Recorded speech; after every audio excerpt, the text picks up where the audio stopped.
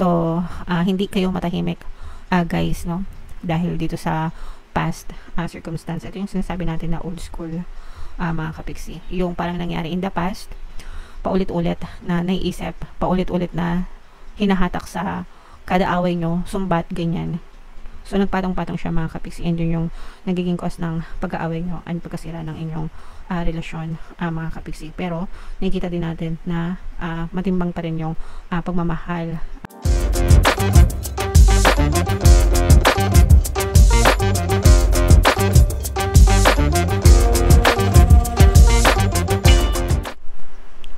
Hello guys, hello Aries, welcome back to Pinay Pixie Tarot. Ang pamagat ng episode natin for tonight is feelings reading, anong nararamdaman niya sa'yo. So, titingnan natin yung nararamdaman sa inyo ng inyong partner o specific person.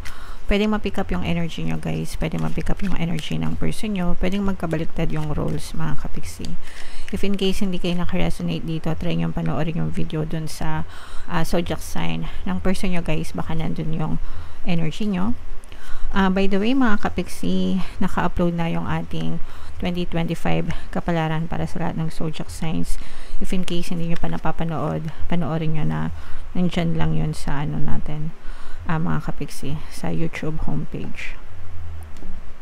So, ito yung mga mensahe sa inyo ng inyong person, mga kapiksi. I wish I could take back my words. So, pwedeng nag-away kayo nitong person mo, mga kapiksi, or nagkaroon kayo ng issue.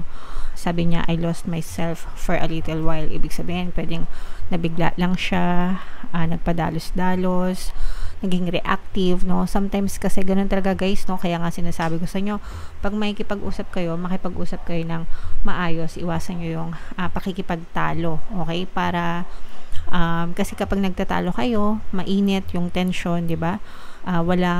Hindi kayo nagkakaayos, mas lalong nauuwi sa awayan, sa inisan, sa sama ng loob, mga kapiksi, nagkakapalitan ng mga maaanghang na salita. So, pwedeng ganun yung nangyari sa inyo, parang nawala siya sa sarili niya. I lost myself for a little while, kung ano-ano yung nasabi niya, and pinagsisisihan niya yun. Sabi niya, I wish I could take back my words, okay? Pero hindi niya yun makalimutan guys, no? Paulit-ulit niya yun na naiisip. I remember every detail of that day, lahat ng nangyari nung time na nag-away kayo, or nung time na nagkaroon ng hindi magandang sitwasyon kayo. Natatandaan niyo yung bawat detail nun, mga kapiksi. And parang feeling ko naman nagsisisi yung person mo, kasi sabi niya nga, I wish I could take back my words, and aminado naman siya na nagkamali siya. Okay? Alright. So, comment down below guys if feeling nyo naka-resonate kayo dyan sa mensahe na yan. Tingnan natin yung energy dun sa inyong sitwasyon, mga kapiksi. Pwedeng yung iba lang yung mag-resonate, no? Pwedeng yung iba lahat. So, kung ano na lang yung mag-resonate sa inyo guys, yun na lang yung take that message, okay? So, for some of you, ito, pwedeng isa to sa mga pinag-aawayan yung mga kapiksi, yung pagiging old school, outdated thinking. Yung outdated thinking, mga kapiksi, parang hindi naka-move on sa past, guys, no? Replaying events over in your head, over and over again. Ito nga, no, sabi nga dito, I remember every detail of that day. So, hindi niya makalimutan, no, yung nangyari. O kaya naman, pwedeng meron kayong isang unresolved na circumstance na paulit-ulit, pwedeng nagkakasumbatan kayo, ganyan, paulit-ulit na binabalik yung nakaraan, mga kapiksiin. Pwedeng yun din yung nagiging sanhi ng pag-aaway nyo. Yung iba sa inyo guys, feeling unaffected, no? Pwedeng ikaw, no? Parang pinapakita mo sa kanya na hindi ka apektado, o kaya naman siya, pwedeng pinapakita niya sa'yo na hindi siya apektado dun sa nangyari, mga kapiksi. Pero magkakaroon din ng pagbabago itong relasyon na to only if willing kayong dalawa, no? Kumbaga, only if willing kayo na magbago, only if willing kayo na ipagpatuloy pa yung relationship, no? Pwede pang magbago yung takbo ng relasyon nyo. Okay lang yun, guys. And kung kayo, no, let's say for example, kayo, as long as willing pa kayo, kasi this is your love life, kayo yung may control dyan, no? Whatever you perceive to be true in your relationship, yun yung mapupush out sa inyong physical reality. So, kung gusto nyo ng harmonious relationship, kailangan nyo always think nice of your person. Think nice about your person, mga kapiksi. Kasi, yung mga pagdududa nyo sa kanila, yung mga kuda nyo sa kanila, yan yung sisira sa relasyon nyo. Okay? So, kung gusto nyo magkaroon ng harmonious relationship, at maganda palagi yung tingin nyo sa person nyo, mabait siya, mahal na mahal niya ako, loyal siya, faithful siya sa akin, dapat ganun palagi. Even if you see kabaligtaran. Eventually, mapupush out din sa iyong physical reality. Yung mental conditioning mo, yung iniisip mo sa iyong isip. Okay? Alright. So, comment down below guys if feeling nyo naka-resonate kayo dyan. Tingnan natin yung nararamdaman sa inyo ng inyong person. Shuffle ko to guys. Habang sinashuffle ko to, panoorin nyo muna yung video natin regarding sa ating paano mag-manifest ng abundance video course. Kapiksi, sawa ka na ba sa mga struggles at hirap sa buhay mo? Masipag ka ba at masikap sa buhay ngunit hindi ka pa rin umaasenso? Ilang beses ka na bang nag-attempt mag-negosyo at mag-invest pero palagi ka pa rin nalulugi? Sa pagkakataon na ito ay maaaring may subconscious beliefs ka na nagiging balakid sa iyong pag-unlad at pagyaman. Introducing, paano mag-manifest ng abundance video course. Dito ay matututunan mo ma-overcome ang mga balakid mo para tuluyan ka ng umunlad, umasenso, sumagana, maging matagumpay, successful at maswerte sa iyong kabuhayan, pera, trabaho, negosyo sa labi at kaperahan ng bonggang-bongga.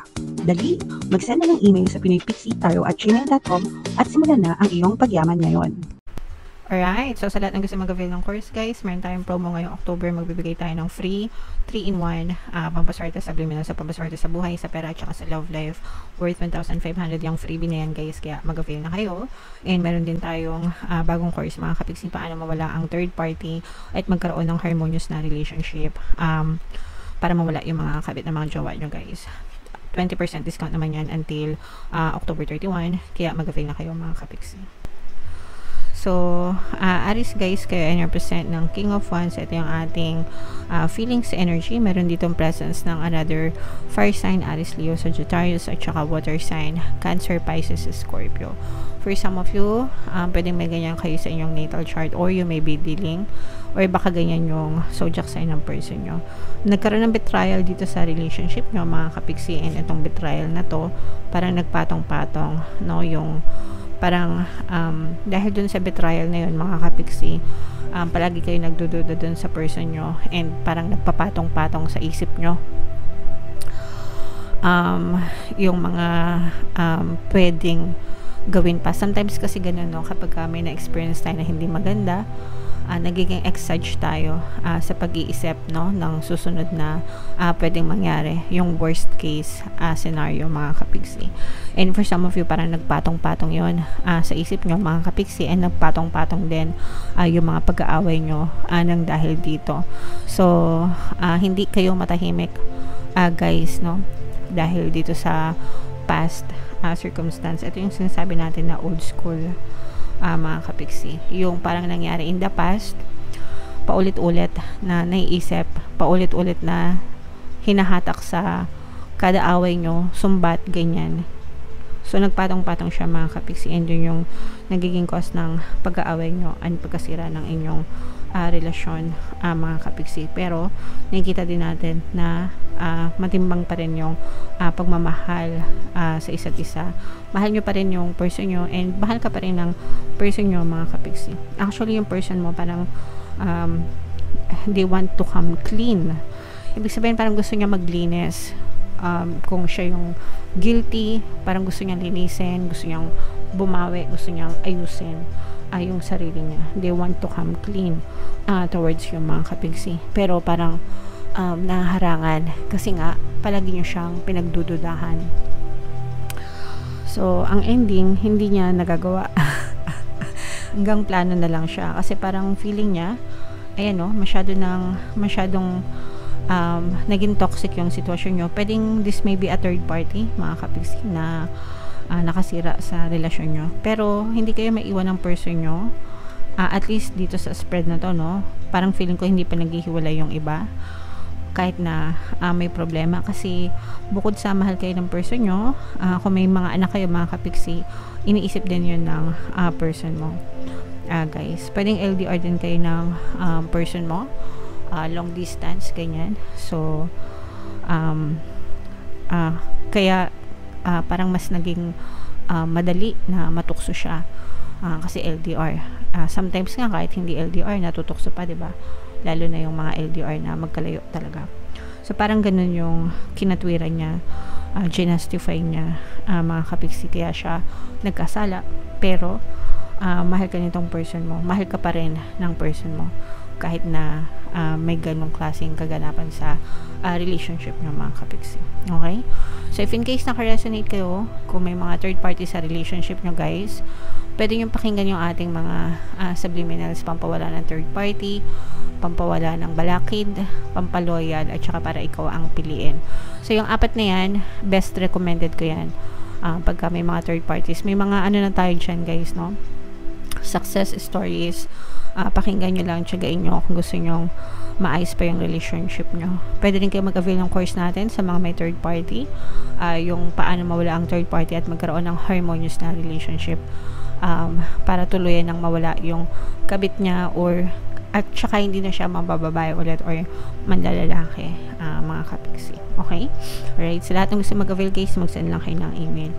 And comment down below, guys, if feeling nyo naka-resonate kayo dito sa reading na to, mga kapiksi. And kung di nyo pa napapanood yung ating 2025 kapalaran, guys, ito yung video. And ito naman yung ating success stories ng paano mag-manifest ng abundance video course. Click here to subscribe, guys. And ito yung ating mga relationship subliminals. Thank you for liking, sharing, and subscribing. See you again next time. I love you all, mga kapiksi. Have a nice day. Bye-bye.